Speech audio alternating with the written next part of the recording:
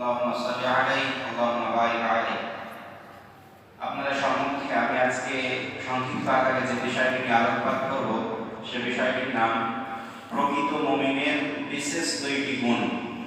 একজন প্রকৃত মুমিন যে নিজেকে মুমিন দাবি করে তাদের বিশেষ দুইটি গুণ তো অনেকগুলো রয়েছে। সূরা আল মুমিনুন যদি আমরা খুলতে যাই তাহলে প্রায় এখানে করে আমরা 7 থেকে 8টি গুণ 11টি আয়াতের মধ্যে 7টি গুণ পাই। তো গুণ অনেকগুলো রয়েছে, কিন্তু বিশেষ দুইটি গুণ আমাদের মধ্যে থাকতে হবে, তাহলে আমরা নিজেকে প্রকৃত মুমিন দাবি করতে পারবো ইনশাআল্লাহ। যে গুণ দুটির নাম সবর এবং শুকর, অর্থাৎ ধৈর্যশীল হওয়া এবং কৃতজ্ঞ হওয়া। যে দুইটি আমাদের মধ্যে এই দুইটি জিনিসের অভাব, আমরা অধৈর্যশীল এবং অকৃতজ্ঞ। ইনশাআল্লাহ এই দুইটি বিষয় নিয়ে আমি সংক্ষিপ্ত আকারে কয়েকটি কথা বলবো। মা তাওফীক ইল্লা বিল্লাহ ওয়া আলাইহি তাওয়াক্কালতু ওয়া ইলাইহি উনীব। আমাদের সর্বপ্রথম আগে ধৈর্য ধারণ করার বিষয়টা আমরা দেখে নিই, এবং এই দুইটি বিষয় একে অপরের সাথে ওতপ্রোতভাবে জড়িত। শুকরিয়া আদায় করা এবং ধৈর্যশীল হওয়া দুইটি একে অপরের সাথে জড়িত রয়েছে। যখন আমরা কিছু পাবো তখন আমরা শুকরিয়া আদায় করব, যখন কিছু না পাবো তাহলে আমরা ধৈর্য ধারণ করব। দুটোই পেলে আলহামদুলিল্লাহ শুকরিয়া আদায়, আর না পেলে ধৈর্যশীল হওয়া, দুটোই একে অপরের সাথে জড়িত রয়েছে। ধৈর্য সম্পর্কে আমরা প্রথমত আগে কয়েকটি কথা শুনি। ধৈর্য, আল্লাহ সুবহানাহু ওয়া তাআলা ধৈর্য ধারণ করতে আমাদেরকে আদেশ দিয়েছেন। ধৈর্য ধারণ করতে আল্লাহ সুবহানাহু ওয়া তাআলা আমাদেরকে আদেশ দিয়েছেন, অসবির মা আসাবাক। আমরা যখন মুসিবতে পড়বো, যখন কোনো সমস্যায় পড়বো, তখন আল্লাহ সুবহানাহু ওয়া তাআলা বলছেন তোমরা ধৈর্য ধারণ করো। তাহলে আমাদেরকে ধৈর্য ধারণ করতে হবে। আলহামদুলিল্লাহ সেটা আমাদের মধ্যে নেই বললেই চলে। ধৈর্য কখন ধারণ করি? যখন অনেক কিছু, হয়তো বা উদাহরণস্বরূপ আমরা এটা নিতে পারি যে আমাদের কাছ থেকে যখন কিছু একটা জিনিস চলে যায় কিংবা কেউ নিয়ে নেয়, যতগুলো গালি থাকে আগে তাকে আমরা দিয়ে দিই, যতগুলো যা বলার থাকে, যত প্রচেষ্টা থাকে সব কিছু আগে করি। যখন না পারি তখন আমরা শেষ পর্যায়ে বলি আল্লাহ বিচার করবে না। এটার নাম ধৈর্য নয়। আমাকে প্রথম পর্যায়ে, প্রথম আঘাতে ধৈর্য ধারণ করতে হবে। যে একটা হাদিস আমরা শুনে থাকি, কিংবা যেই হাদিসটার জন্যই এক সময় হয়তো বা পুঁটিমারি ফেডার ক্যানেলে একটা বিষয় হয়েছিল শেখ নাসিরুদ্দিন রহমানী হাফিজাহুল্লাহর সাথে। সেই হাদিসটাই যে একজন ব্যক্তি, একজন মেয়ে মহিলা কান্না করছে, আল্লাহ সাল্লাম তার কাছে গেলেন, কান্না নিষেধ করলেন, তাকে কান্না করতে নিষেধ করলেন। তখন সেই মহিলা বলল যে আমি যে পরিস্থিতিতে রয়েছে সেটা আমি বুঝি, আপনি বুঝেন না। আল্লাহ সাল্লামকে বলেছিলেন যে আপনি বুঝেন না। তখন রাসূলুল্লাহ সাল্লাল্লাহু আলাইহি ওয়াসাল্লাম চলে গেলেন, এবং পরবর্তীতে সেই মহিলা জানতে পারলেন যে ওটাই আল্লাহ রাসূল সাল্লাল্লাহু আলাইহি ওয়াসাল্লাম। তখন তিনি আবার তার কাছে গেলেন, ওই মহিলা আল্লাহ রাসূলের কাছে গেলেন এবং আল্লাহ রাসূল সাল্লাল্লাহু আলাইহি ওয়াসাল্লামকে বললেন যে আমি চিনতে পারিনি, বুঝতে পারিনি, আপনি আমাকে কিছু বলেন। তখন আল্লাহ রাসূল সাল্লাল্লাহু আলাইহি ওয়াসাল্লাম তাকে নসিহত করলেন, তাকে উপদেশ দিলেন, এবং তার মধ্যে একটা ছিল যে প্রথম আঘাতেই ধৈর্য ধারণ করতে, প্রথম আঘাতেই ধৈর্য ধারণ করতে হবে। তা আমরা ধৈর্য ধারণ করি ঠিকই, শেষ পর্যায়ে গিয়ে বলি যে আল্লাহ বিচার করবে। কিংবা যদি টাকা পয়সা হারিয়ে যায়, কে নিয়েছে, অনেকগুলো গালিগালাজ করি, তারপরে অনেক কিছু করি, সব কিছু করার পরে শেষে বলি যে আল্লাহর পথে দান করে দিলাম। এই যে আমাদের এই বৈশিষ্ট্যটা রয়েছে, আমাদের এইটা ছাড়তে হবে। আমাদের প্রথম আঘাতে ধৈর্যশীল হতে হবে, ধৈর্য ধারণ করতে হবে। যেটা মূল কথা, যে ধৈর্য ধারণ করা এটা কি আল্লাহ সুবহানাহু ওয়া তাআলার আদেশ? জি হ্যাঁ, আল্লাহ সুবহানাহু ওয়া তাআলার আদেশ। আল্লাহ সুবহানাহু ওয়া তাআলা কয়েক জায়গাতে, কোরআনের কয়েক জায়গাতে এই ধৈর্য ধারণ করার কথা বলেছেন, ধৈর্য ধারণ করতে বলেছেন। তাহলে আমাদেরকে ধৈর্য ধারণ করতে হবে। যদি করি লাভ কি? ধৈর্য ধারণ করলে লাভ কি? আল্লাহ রাসূল সাল্লাল্লাহু আলাইহি ওয়াসাল্লাম হাদিসের মধ্যে বলেছেন, সহিহ মুসলিমের 2999 নম্বর হাদিস, যে মুমিনের অবস্থা আশ্চর্যজনক। একজন মুমিনের অবস্থাটা আশ্চর্যজনক। সে যখন কিছু না পায় তখন সে ধৈর্য ধারণ করে, সে ধৈর্য ধারণ করে, এবং খায়রান লাহু, তাতে তার জন্য কল্যাণ রয়েছে। এবং যখন কিছু সে পায় ফাকানা শাকর, শুকরিয়া আদায় করে। আর খায়রান লাহু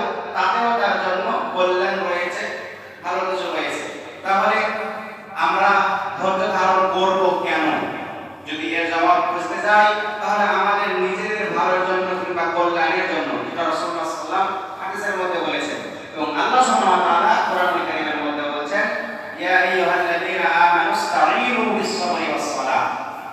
আল্লাহ সুবহানাহু ওয়া তাআলা বলেছেন, হে ঈমানদারগণ, তোমরা আল্লাহ সুবহানাহু ওয়া তাআলার কাছে সাহায্য চাও ধৈর্য এবং সালাতের মাধ্যমে। ইন্নাল্লাহা মা'আস-সাবিরিন, নিশ্চয়ই আল্লাহ সুবহানাহু ওয়া তাআলা থাকেন ধৈর্যশীলদের সাথে। আল্লাহ সুবহানাহু ওয়া তাআলাকে যদি আমরা কাছে পেতে চাই, আমরা যদি আল্লাহ সুবহানাহু ওয়া তাআলার নৈকট্য অর্জন করতে চাই, আল্লাহ সুবহানাহু ওয়া তাআলা আমাকে সব কাজে সাহায্য করবেন, এটা যদি আমরা চাই, আল্লাহ সুবহানাহু ওয়া তাআলা আমার সব কাজ সহজ করে দিক, এটা যদি আমাদের চাওয়া থাকে, তাহলে আমাদেরকে ধৈর্যশীল হতে হবে। যখন আমরা ধৈর্য ধারণ করতে পারবো, যখন আমরা ধৈর্যশীল হতে পারবো, তখনই আল্লাহ সুবহানাহু ওয়া তাআলা আদেশ কথা অনুযায়ী, ওয়াদা অনুযায়ী আমরা আল্লাহ সুবহানাহু ওয়া তাআলার সঙ্গে পাবো। ইন্নাল্লাহা মা'আস-সাবিরিন, নিশ্চয়ই আল্লাহ সুবহানাহু ওয়া তাআলা ধৈর্যশীলদের সাথে থাকেন। তাহলে আমরা তিনাকে যদি সাথে পেতে চাই, আমরা যদি তিনার নৈকট্য অর্জন করতে চাই, তাহলে আমাদেরকে ধৈর্যশীল হতে হবে, ধৈর্য ধারণ করতে হবে। এবং প্রত্যেকটা ক্ষেত্রে বিপদের সময় আমাকে ধৈর্যশীল হতে হবে।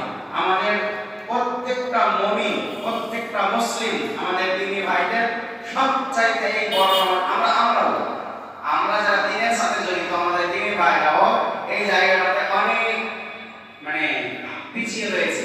যখন কোনো সমস্যা আসে, ধৈর্যশীল হতে হবে, ধৈর্য ধারণ করতে হবে। আল্লাহ সুবহানাহু ওয়া তাআলা দিয়েছেন, আল্লাহ সুবহানাহু ওয়া তাআলা ঠিক করবেন, এই ভাষা আমাদের নেই, এই ভাষাটা আমাদের মুখ দিয়ে বের হয় না। ধৈর্য ধারণ করার আমরা ওই পরিস্থিতি যতই কঠিন হোক, আমাকে ধৈর্যশীল হতে হবে। আমরা এই কথাটা হয়তো বলে থাকি যে আমি যে পরিস্থিতিতে আছি, আপনি ওইখানে নেন, আমি বুঝি, আমার কথা আমি বুঝি।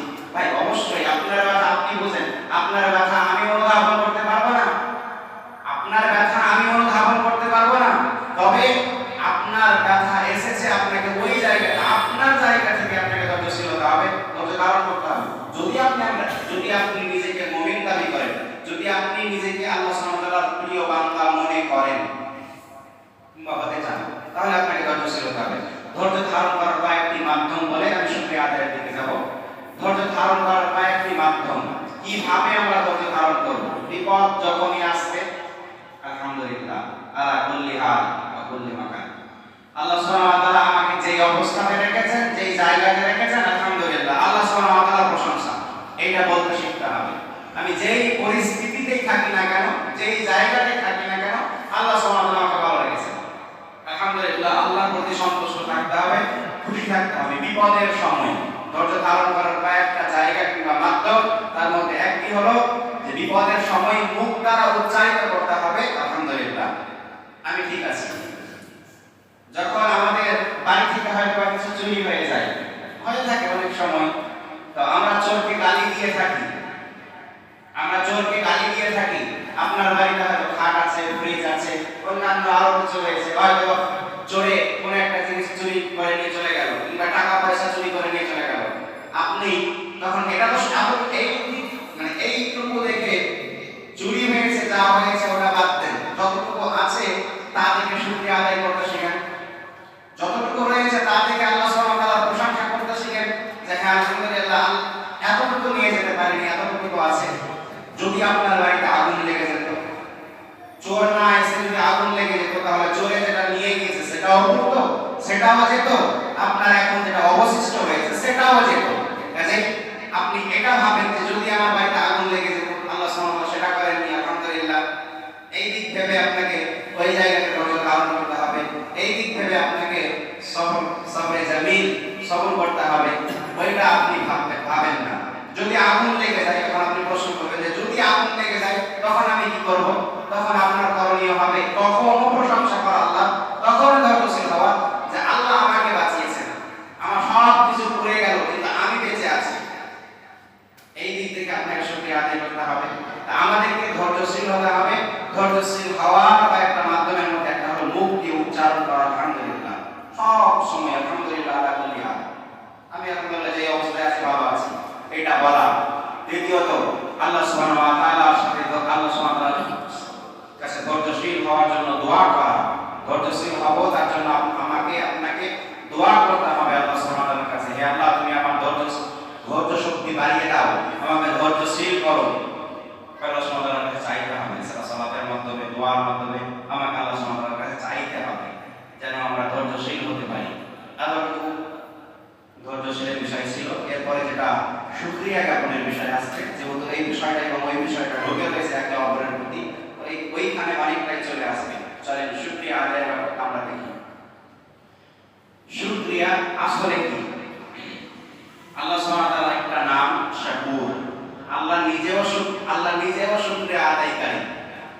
নিজেও শুকরিয়া জ্ঞাপন করেন। কিভাবে? আল্লাহ সুবহানাহু ওয়া তাআলা কিভাবে শুকরিয়া জ্ঞাপন করেন, আল্লাহ সুবহানাহু ওয়া তাআলা কিভাবে শাকুর হলেন। আমরা আল্লাহর শুকরিয়া আদায় করি, শুকর আলহামদুলিল্লাহ আলহামদুলিল্লাহ বলে আমরা আল্লাহ সুবহানাহু ওয়া তাআলার প্রশংসা করে শুকরিয়া আদায় করি। কিন্তু আল্লাহ আমাদের কিভাবে করে থাকেন? আল্লাহ আমাদেরকে যে রিজক, যে নিয়ামত দিয়েছেন, সেইগুলোর মাধ্যমে আল্লাহ সুবহানাহু ওয়া তাআলা আমাদের শুকরিয়া আদায় করে থাকেন। এটা আমাদেরকে বুঝতে হবে। যেটা সম্ভবত সূরা ইব্রাহিমের মধ্যে একটা আয়াত রয়েছে, লা ইন শাকারতুম লা আযীদান্নাকুম ওয়া লা ইন কাফারতুম ইন্না আযাবি লাশাদীদ। তারপর অংশে মনে হয় আরো আয়াতগুলো রয়েছে, সেই জায়গায় আল্লাহ সুবহানাহু ওয়া তাআলা নিজেকে শাকুর বলে দাবি করেছেন। লা ইন শাকারতুম লা আযীদান্নাকুম ওয়া লা ইন কাফারতুম ইন্না আযাবি লাশাদীদ। সূরা ইব্রাহিমের 7 নম্বর আয়াতের একটি অংশ আল্লাহ সুবহানাহু ওয়া তাআলা বলছেন যে যদি তোমরা শুকরিয়া জ্ঞাপনকারী হও, কৃতজ্ঞ হও, তাহলে লা আযীদান্নাকুম, আল্লাহ সুবহানাহু ওয়া তাআলা বাড়িয়ে দিবেন। আল্লাহ সুবহানাহু ওয়া তাআলা বাড়িয়ে দেন।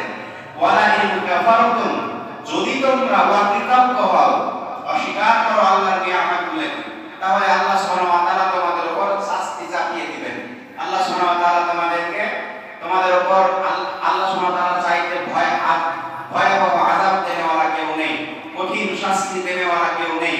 কাজেই যদি শুকরিয়া আদায় না করেন, করলে লাভ কি, না করলে ক্ষতি কি, এবং করার মাধ্যম কিভাবে করব, এই তিনটা বিষয় নিয়ে আজকে ইনশাআল্লাহ কথা বলবো। তো যদি না করি তাহলে ক্ষতি কি, যদি শুকরিয়া আদায় না করি তাহলে আল্লাহ সুবহানাহু ওয়া তাআলা আমাদের উপরে শাস্তি চাপিয়ে দিবেন, কিংবা আল্লাহ সুবহানাহু ওয়া তাআলা চাইতে ভয়াবহ শাস্তি দেনেওয়ালা কেউ নেই।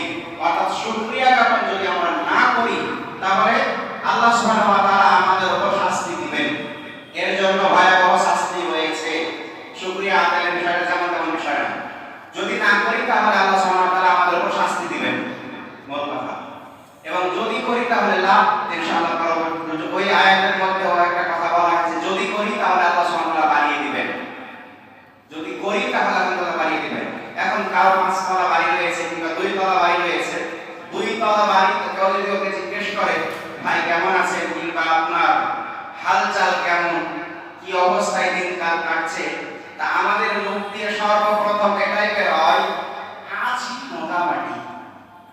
আলহামদুলিল্লাহ খুব কম সংখ্যক মানুষই বের করে থাকে। এবং বাড়ি 2 তলা হয়েছে, 3 তলার জন্য রড ছেড়ে রাখি, 3 তলা করার জন্য রড ছাড়া রয়েছে। এবং এই সম্পর্কে যখন আমাদেরকে জিজ্ঞেস করা হয় 3 তলা পারবো, আল্লাহ যখন দিবে তখন করবো, এবং মানে একটা এমন ভাবে সে কথাগুলো বলে মনে হয় আল্লাহ সুবহানাহু ওয়া তাআলা তাকে কিছুই দেননি, অথচ তার এতগুলো দিয়েছে। তো আমাদেরকে শুকরিয়া আদায় করতে হবে। হ্যাঁ আলহামদুলিল্লাহ, আল্লাহ সুবহানাহু ওয়া তাআলা আমাকে যা দিয়েছেন আমি তাতে সন্তুষ্ট। যদি আমি শুকরিয়া আদায় করি লাযিদান্নাকুম, আল্লাহ সুবহানাহু ওয়া তাআলা বাড়িয়ে দিবেন। যদি আমি শাকুর হতে পারি, যদি আমি নিজে শুকরিয়া আদায় করতে পারি আল্লাহ সুবহানাহু ওয়া তাআলা, তাহলে আল্লাহ সুবহানাহু ওয়া তাআলা বাড়িয়ে দিবেন। আর যদি না করি তাহলে আমাকে শাস্তি দিবেন। তাহলে আমার করণীয় হবে কি, যে আমার যদি আমি শুকরিয়া যদি করলে বেড়ে যাবে, তাহলে আমাকে শুকরিয়া জ্ঞাপন করতে হবে। আমি যদি নাও খেতে পারি তাহলে ওই অবস্থাতেও আমাকে আল্লাহ সুবহানাহু ওয়া তাআলা আলহামদুলিল্লাহ আজকে কোন কিছু খেতে পাইনি কিংবা জুটে নেই, আল্লাহ সুবহানাহু ওয়া তাআলা দেননি, আলহামদুলিল্লাহ, এটা আল্লাহ এই কথাটাই আল্লাহ সুবহানাহু ওয়া তাআলার প্রশংসা, আল্লাহ সুবহানাহু ওয়া তাআলার শুকরিয়া। এটা যদি করতে পারি তাহলে আল্লাহ সুবহানাহু ওয়া তাআলা বাড়িয়ে দিবেন, পরের দিন হয়তো খেতে পাবো। এই চিন্তা চেতনা, এই মেন্টালি আমাদেরকে নিয়ে আসতে হবে। অর্থাৎ শুকরিয়া আদায় করলে আমাদের যে লাভ সেটা হলো যে আল্লাহ সুবহানাহু ওয়া তাআলা বাড়িয়ে দিবেন। যদি না করি তাহলে আমাদের আল্লাহ সুবহানাহু ওয়া তাআলা শাস্তি দিবেন। হাদিসের মধ্যে যে কথাটা এসেছে সেই দিক থেকে আমরা দেখি যে শুকরিয়া আদায় কার করব। অর্থাৎ শুধুই কি আল্লাহ সুবহানাহু ওয়া তাআলার প্রতি কৃতজ্ঞ হব, না মানুষের প্রতিও হব। অনেক বিষয় তো শুধু আল্লাহর সাথে সম্পর্ক রয়েছে যেগুলো মানুষের সাথে করা যায় না। এই শুকরিয়া আদায়টা কি শুধুই আল্লাহর করব না মানুষেরও করব? হাদিসের মধ্যে রাসূলুল্লাহ সাল্লাল্লাহু আলাইহি ওয়াসাল্লাম বলেছেন যে মান লাম ইয়াশকুরিন নাস লাম ইয়াশকুরিল্লাহ। কোন ব্যক্তি যদি আল্লাহ সুবহানাহু ওয়া তাআলা মানুষের শুকরিয়া আদায় না করে তাহলে সে আল্লাহ সুবহানাহু ওয়া তাআলার শুকরিয়া আদায় করলো না। অর্থাৎ মানুষের শুকরিয়া আদায়ের মানে সাথে আল্লাহ সুবহানাহু ওয়া তাআলার শুকরিয়া একটা সম্পর্ক রয়েছে। যদি আমি মানুষের প্রতি কৃতজ্ঞ না হই তাহলে আল্লাহ সুবহানাহু ওয়া তাআলার প্রতি আমরা কৃতজ্ঞ হতে পারবো না কিংবা করলাম না, অকৃতজ্ঞ হয়ে গেলাম। কিন্তু এই জায়গাটাতেও আমাদের এই সমস্যা, একটা মানুষ আমাকে যদি 1 মাস খাওয়ায়, একটা মানুষ এখন আমাদের শেখ হামিদ আল্লাহ ওয়া কারণে আমাকে 1 মাস খাওয়াবেন। 1 মাস খাওয়ালো, তিনি আমাকে আমার আপ্যায়ন করলো। যখন 1 মাস পরিপূর্ণ হবে তখন আমি তিনার ভালো দিকগুলো আমার, এটা মানুষের ফিতরাত, আল্লাহ সুবহানাহু ওয়া তাআলা মানুষকে এইভাবেই তৈরি করেছেন। জানি না কেন এটা মানুষের মনে এইটাই আছে, তিনি 1 মাস আমার আপ্যায়ন করবেন। তিনি 1 মাসের মধ্যে যে ভুলগুলো করেছেন আমার চোখে কিংবা আমার মনে সেইগুলো সর্বপ্রথম আসবে, ভালো দিক একটাও আসবে না। ভালো কাজ অনেক করেছেন, তবে আসলেও পরে তিনি যে খারাপ কাজগুলো, খারাপ বলতে হয়তো একটু ত্রুটি বিচ্যুতি হয়েছে, আপ্যায়ন করতে গিয়ে যদি ত্রুটি হয়ে থাকে তো সেইগুলো আমাদের মধ্যে আসে। আমরা মানুষের প্রতি যে অকৃতজ্ঞ, একটা মানুষ আমার সারা জীবন ভালো কিছু করে গেল, সারা জীবন ভালো করলো, একটা মানুষ আমাকে অনেক সময় ধরে আমার উপকার করে আসলো, কিন্তু আমি তার প্রতি কৃতজ্ঞ হলাম না, আমি চেষ্টা করি তার প্রতি করা। এই যে মানুষের প্রতি অকৃতজ্ঞ, মানুষ আমাকে অনেক কিছু দেয়, 100টা জিনিসের মধ্যে 100টা চাইলাম, 100টার মধ্যে আমাকে 98টা জিনিস ওই মানুষটা দিল, হয়তো বা 2টি দিতে পারেনি, তখন আমি কিন্তু ওই 2টির কথাই বলে থাকি। এই যে আজ আমাদের সমাজে মানুষদের অবস্থা, আমাদের অবস্থা, আমরা মানুষরা অকৃতজ্ঞ, মানুষের প্রতি মানুষ অকৃতজ্ঞ। কাজেই আমাকে শুকরিয়া আদায় করতে হবে, কৃতজ্ঞ হতে হবে। এই যে আজ তিরপাপুরিয়া এই জামে মসজিদে যে ভাইরা আপনাদের, এনাদের তো কোনো লাভ নেই, শুধু আপনাদেরকে কোরআন এবং হাদিস শোনানোর জন্য এই ব্যবস্থাপনা করেছেন। এইখানে যদি কোনো ভুল হয়ে যায় আপনি সেইটাকে নিয়ে চেষ্টা করেন কিভাবে বড় করা যায়, কিন্তু আপনি এদের প্রতি কৃতজ্ঞ নন যে তাদের মাধ্যমে, ওদের মাধ্যমে আল্লাহ সুবহানাহু ওয়া তাআলা ওদেরকে ওসিলা বানিয়েছেন, ওদের মাধ্যমে আমরা অনেক যোগ্য যোগ্য ওলামায়ে কেরাম আছে এবং তাদের কাছ থেকে কথা শুনতে পারি। যেমন কিছুদিন আগে শেখ নাজমী আলম সানাবিলি এবং শেখ আইনুল হক খানি এসেছিলেন, আলহামদুলিল্লাহ যোগ্য যোগ্য ওলামায়ে কেরাম দুইজনের কাছ থেকে আলোচনা শুনলেন। এইটা আমাদের মধ্যে কাজ করে না, আমরা এইটা নিয়ে ভাবি না যে মানুষ আমার এই ভালো কাজটা করলো তার প্রতি আমি কৃতজ্ঞ হব। যাই হোক, মানুষের প্রতি কৃতজ্ঞ হলাম, মেনে নিলাম, কৃতজ্ঞ হব, মানুষের শুকরিয়া আদায় করব কিভাবে, মানুষের শুকরিয়া আদায় করব কিভাবে? আল্লাহ সুবহানাহু ওয়া তাআলা শুকরিয়া আদায়ের জন্য কোরআনে কিছু নিয়মাবলী আল্লাহ সুবহানাহু ওয়া তাআলা নিজেই দিয়েছেন। আমরা মানুষের প্রতি যখন কৃতজ্ঞ হব, মানুষের যখন শুকরিয়া আদায় করব, কিভাবে করব? মানুষের শুকরিয়া আদায় করার 2টি পদ্ধতি শুধু বলি, আরো রয়েছে, তবে আমি 2টি বলি। এক, মানুষের প্রতি সম্মান দেওয়ার চেষ্টা করেন। আপনি যখন কোনো ব্যক্তির প্রতি কৃতজ্ঞ থাকবেন, আজকে কেউ যদি আমার একটা কোনো ভালো কাজ করে দেয়, তাহলে আমি চেষ্টা করব যে সব সময় তার ভালো কাজ করা। সে যখন আমার ভালো কাজ করলো, আমি তার ভালো কাজ করার, তার কল্যাণ বয়ে আনার আমি চেষ্টা করব, এটা আমার প্রচেষ্টা থাকবে।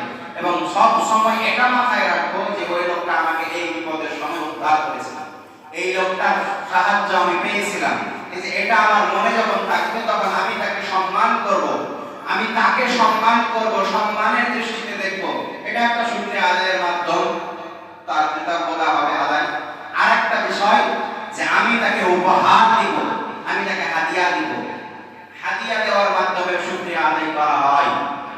কোন এক ভাই আমার কোনো উপকারে এসেছে, আমি তার সাথে ভালো সম্পর্ক রেখেছি, আমি তাকে হাদিয়া দিব মাঝে মাঝে, তার সাথে আমার সম্পর্ক ভালো থাকবে, এটা একটা মাধ্যম হিসাবে আমরা নিতে পারি। যেটা রাসূলুল্লাহ সাল্লাল্লাহু আলাইহি ওয়াসাল্লাম হাদিসের মধ্যে তো মুমিনের বৈশিষ্ট্য হিসাবে এটা উল্লেখ করেছেন যে এক মুমিন অপর মুমিনকে হাদিয়া দেবে, হাদিয়া নেবে, এটা একটা মুমিনের অবশ্যই বৈশিষ্ট্য থাকা উচিত। তবে এই জায়গাতে শুকরিয়া আদায় কিভাবে করব? মানুষকে একে অপরের প্রতি আমরা হাদিয়া দান করব এবং সম্মান প্রদর্শন করব, এই 2টির মাধ্যমে আমরা মানুষের শুকরিয়া আদায় করতে পারি। চলুন আল্লাহ সুবহানাহু ওয়া তাআলার শুকরিয়া আমরা কিভাবে জ্ঞাপন করব? আল্লাহ সুবহানাহু ওয়া তাআলার শুকরিয়া জ্ঞাপনের মাধ্যমে, আল্লাহ এত কিছু আমাদেরকে দিয়েছেন, এত নিয়ামত, আল্লাহ সুবহানাহু ওয়া তাআলার নিয়ামত আমরা বলে শেষ করতে কখনোই পারবো না, এটা সম্ভব নয়, অসম্ভব একটি বিষয়। সেই আল্লাহ সুবহানাহু ওয়া তাআলার প্রতি আমরা কেন অকৃতজ্ঞ? আল্লাহ এত কিছু দেন, আল্লাহ সুবহানাহু ওয়া তাআলা এত কিছু দিচ্ছেন, তারপরেও আমরা সব সময় অভিযোগ আর অভিযোগ, আমাদের অভিযোগের শেষ নেই। আমাদের এত কিছু আল্লাহ সুবহানাহু ওয়া তাআলা দিয়েছেন, তারপরেও আমাদের অভিযোগের শেষ নেই। এই জায়গাটা অবশ্যই এই কাজ যারা করে তারা অবশ্যই নাছরবান, অবশ্যই তারা তারা অকৃতজ্ঞ। কাজে আমাদেরকে কৃতজ্ঞ হতে হবে, শুকরিয়া আদায়কারী হতে হবে। তার কয়েকটি মাধ্যম, চারটি মাধ্যম আপনাদেরকে বলবো। তার মধ্যে একটি হলো যে আমরা মুখে অর্থাৎ জবান দ্বারা আল্লাহ সুবহানাহু ওয়া তাআলার শুকরিয়া জ্ঞাপন করব। সব বললাম সর্ব অবস্থাতেই আলহামদুলিল্লাহ, আলহামদুলিল্লাহ, সর্ব অবস্থাতেই আল্লাহ সুবহানাহু ওয়া তাআলার প্রশংসা। আলহামদুলিল্লাহ আলা কুল্লি হাল, আমি যে অবস্থাতেই রয়েছি আলহামদুলিল্লাহ ভালো রয়েছি। আল্লাহ সুবহানাহু ওয়া তাআলার প্রশংসা করতে হবে মুখের মাধ্যমে। একটা মাধ্যম শুকরিয়া আদায় করার একটি মাধ্যম হলো যে মুখ দ্বারা সব সময় আমি আল্লাহ সুবহানাহু ওয়া তাআলার জিকির করব, আল্লাহকে স্মরণ করব এবং সব সময় আলহামদুলিল্লাহ আল্লাহ সুবহানাহু ওয়া তাআলার প্রশংসা জ্ঞাপন করব। এটা একটি মাধ্যম। দুই, আমরা আল্লাহ সুবহানাহু ওয়া তাআলার জিকিরের মাধ্যমে স্মরণ, এবং স্মরণের আরবি হচ্ছে জিকির। জিকির বলতে কোরআনের তেলাওয়াত, আল্লাহ সুবহানাহু ওয়া তাআলার পবিত্রতা বর্ণনা, সুবহানাল্লাহ ওয়ালহামদুলিল্লাহ ওয়া লা ইলাহা ইল্লাল্লাহ। আর আল্লাহ সুবহানাহু ওয়া তাআলার জিকিরের মাধ্যমে, কোরআনের তেলাওয়াতের মাধ্যমে আমার জবানকে হেফাজত করব। এটা আল্লাহ সুবহানাহু ওয়া তাআলার প্রতি একটা আমাদের শুকরিয়া আদায়ের একটি মাধ্যম হিসাবে যে আমরা কোরআনের তেলাওয়াত করব, আল্লাহ সুবহানাহু ওয়া তাআলার প্রশংসা জ্ঞাপন করব, আল্লাহ সুবহানাহু ওয়া তাআলার পবিত্রতা বর্ণনা করব। এটা একটা মাধ্যম যে আমরা এই কাজগুলো করব আল্লাহ সুবহানাহু ওয়া তাআলার শুকরিয়ার জন্য। আরেকটা বিষয় অন্তরের মাধ্যমে। 3 নাম্বার, অন্তর দ্বারা আমরা শুকরিয়া জ্ঞাপন করব। এক, মুখ দ্বারা। 2, আমল দ্বারা। 2 নাম্বার যে বিষয়টি যে কোরআনের তেলাওয়াত, এটা একটা আমল, সালাত আদায়, এবং এটা একটা সবচাইতে বড় মাধ্যম। সালাত আদায় করা এটা সবচাইতে বড় মাধ্যম। আমরা কোন ব্যক্তিকে সম্মান প্রদর্শন বলতে কি বুঝি? যে আমি তার কাছে গিয়ে তার সাথে সম্মানের সাথে কথা বলবো, আমি নিজেকে ছোট করার চেষ্টা করি, আমি তার কাছে ছোট হয়ে থাকি, এটাই আমার মানে সম্মান করার অর্থ আমরা বুঝে থাকি, কিংবা শুকরিয়া জ্ঞাপন করার কথা আমরা বুঝে থাকি। একজন মানুষের চাইতে একজন কুকুর, খারাপভাবে নেবে না, খারাপভাবে বলছে না, একজন কুকুরকে যখন আপনি কিছু খাওয়াবেন তখন সে কিন্তু আপনার শুকরিয়া জ্ঞাপন করে। কিভাবে? আসলেই আপনার সামনে না, মানে তার লেজটাকে ঝোলায়, নাড়ায়, লেজ নাড়াবে এবং আপনার কাছে এসে সে দাঁড়িয়ে যাবে, মাথা নিচু করে দেয়।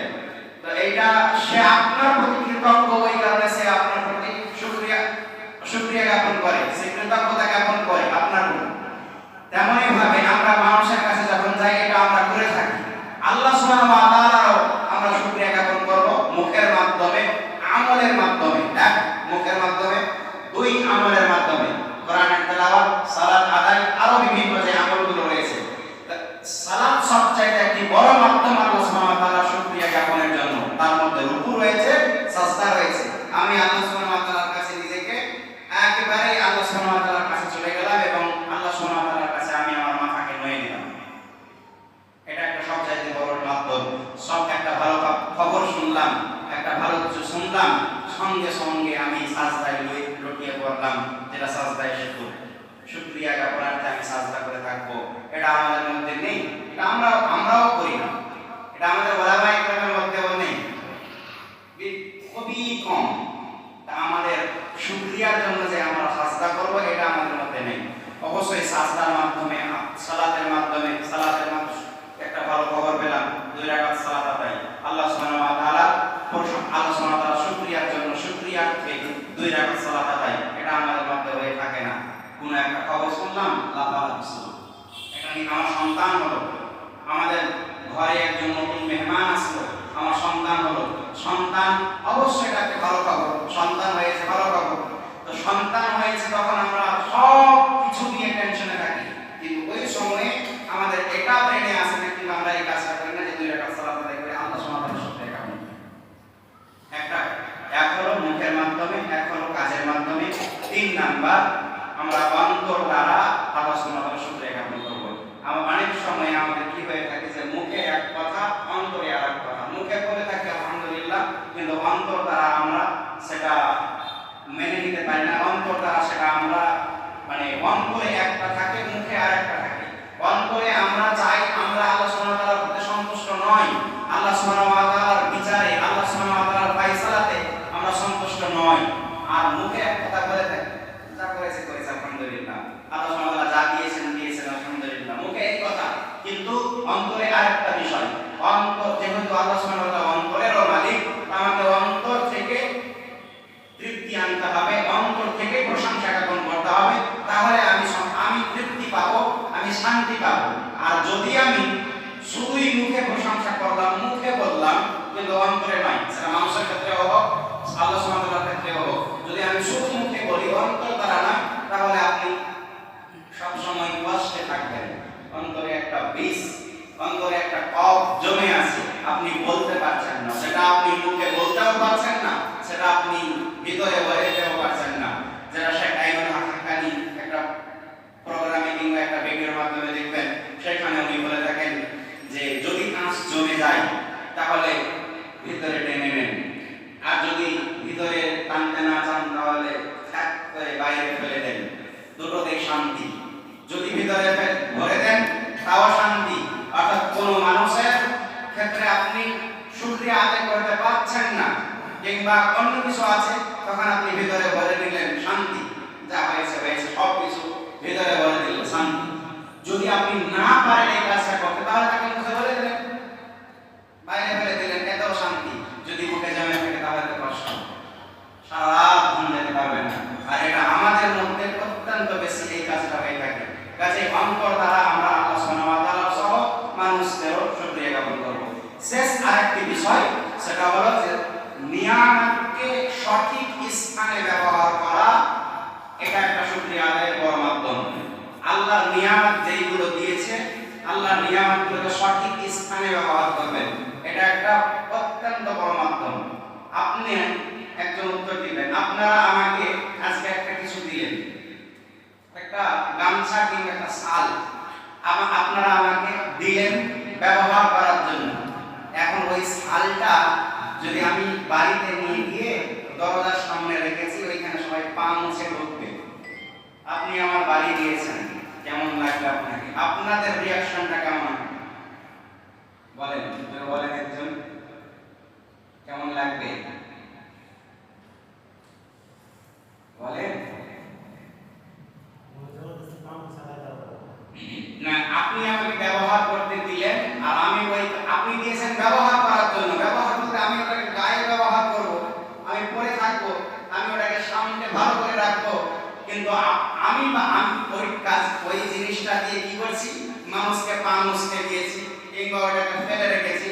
আপনি একটা দামি শাল আপনি আমাকে দিলেন ভালোর জন্য, ভালোবেসে, আর আমি ওই কাজ মানে যেই কারণে দিয়েছিলেন, যেই বিষয়ে ব্যবহার করার জন্য দিয়েছিলেন, আমি ওটাকে সঠিক স্থানে ব্যবহার না করে ভুল স্থানে ব্যবহার করছি। আপনার অবশ্যই অবশ্যই রাগ হবে। কার কার রাগ হবে না বলেন তো? হবে সবার? যদি রাগ না হয় তাহলে মনে করবো অন্তর নেই। অন্তর যদি থাকে, আর যদি আপনি অবশ্যই সুস্থ মস্তিষ্কের মানুষ হন, তাহলে রাগ হবে। তো ভাই, সামান্য একটা শাল দিলে যদি আপনার ওই জিনিসটাকে যদি অন্য কোনো জায়গাতে ব্যবহার করার জন্য এত রাগ হয়ে থাকে, আল্লাহ সুবহানাহু ওয়া তাআলা এতগুলো নিয়ামত দিয়েছেন, সেই নিয়ামতগুলোকে আমরা অন্যান্য জায়গাতে ব্যবহার করে থাকি। আল্লাহ সুবহানাহু ওয়া তাআলা দিয়েছেন এক জায়গাতে ব্যবহার করার জন্য, আর আমরা ব্যবহার করি আর এক জায়গাতে, মানে ভুল জায়গাতে ব্যবহার করে থাকি। তাহলে আল্লাহ সুবহানাহু ওয়া তাআলা কেমন রাগ হতে পারে? এবং এটা শুকরিয়া আদায়ের একটি বড় মাধ্যম। অন্যতম একটি বড় মাধ্যম হলো যে আমরা নিয়ামতকে সঠিক স্থানে ব্যবহার করব। আল্লাহ সুবহানাহু ওয়া তাআলা মানুষকে দাড়ি দিয়েছেন সৌন্দর্যের জন্য। দাড়ি থাকবে আমার মানে এই থুতনিতে কিংবা গালে, এই জায়গাটাতে আমার দাড়ি থাকবে। ভাই, এই দাড়িটা যদি লাফিটের দোকানে পড়ে থাকে, শিলংয়ে যদি পড়ে থাকে, আল্লাহ দিলেন আপনার মুখে, আর আপনি এই মানে দাড়িটাকে রাখলেন শিলংয়ে, আল্লাহর রাগ কেমন হবে? এমনই ভাবে আরো বিভিন্ন নিয়ামত রয়েছে যেগুলো আমরা মানে অনেক জায়গাতে ব্যবহার করে থাকি। আল্লাহ এক কাজে দিয়েছেন, আমরা সেটাকে আরেক কাজে ব্যবহার করে থাকি। আল্লাহ সুবহানাহু ওয়া তাআলা আমাদেরকে একটা বিষয় দিয়েছেন এক বিষয়ের জন্য, আর আমরা ওই জিনিসটাকে ব্যবহার করে থাকি আরেকটা বিষয়। অসংখ্য উদাহরণ রয়েছে যে কাজগুলো আমরা করে থাকি। এই বিষয়গুলো আমাদেরকে এই জায়গা থেকে বের হয়ে আসতে হবে। আল্লাহর নিয়ামত, যেই আল্লাহ সুবহানাহু ওয়া তাআলা যেই নিয়ামতগুলো দিয়েছেন, সঠিক স্থানে, স্থানে, নিজ নিজ স্থানে ব্যবহার করা নামই হলো নিয়ামতের শুকরিয়া আদায়। আল্লাহ সুবহানাহু ওয়া তাআলা যে নিয়ামত দিয়েছেন তার শুকরিয়া আদায় করতে চাইলে আল্লাহ সুবহানাহু ওয়া তাআলা যে নিয়ামতগুলো দিয়েছেন সেইগুলোকে আপন আপন স্থানে ব্যবহার করুন, সঠিক স্থানে ব্যবহার করুন। কোরআন দিয়েছেন পড়ার জন্য, কোরআন শব্দের বাংলা অর্থ হলো বারবার পাঠ করা। কোরআন দিয়েছেন পড়ার জন্য, আর আপনি কোরআন নিয়ে ভরে রেখেছেন সুন্দর একটি আলমারিতে। এটা কি কোরআনের অবমাননা নয়? এটা কি আল্লাহ সুবহানাহু ওয়া তাআলার নিয়ামতের প্রতি অকৃতজ্ঞ নয়? অবশ্যই। কাজে এটাও একটা অকৃতজ্ঞতা। তো আপনি যদি কৃতজ্ঞ হতে চান তাহলে কোরআনকে বারবার তেলাওয়াত করতে হবে। আল্লাহ সুবহানাহু ওয়া তাআলা আপনাকে জ্ঞান দিয়েছেন। আজকে যেটা অনেক ওলামায়ে ইকরামের মধ্যেও অনেক ওলামায়ে ইকরামের মধ্যেও আমরা এটা দেখতে পাই, আল্লাহ সুবহানাহু ওয়া তাআলা জ্ঞান দিয়েছেন জ্ঞান ছড়িয়ে দেওয়ার জন্য। আল্লাহ জ্ঞান দিয়েছেন জ্ঞান ছড়িয়ে দেওয়ার জন্য। জ্ঞানের অপর নাম হলো নূর, আলো।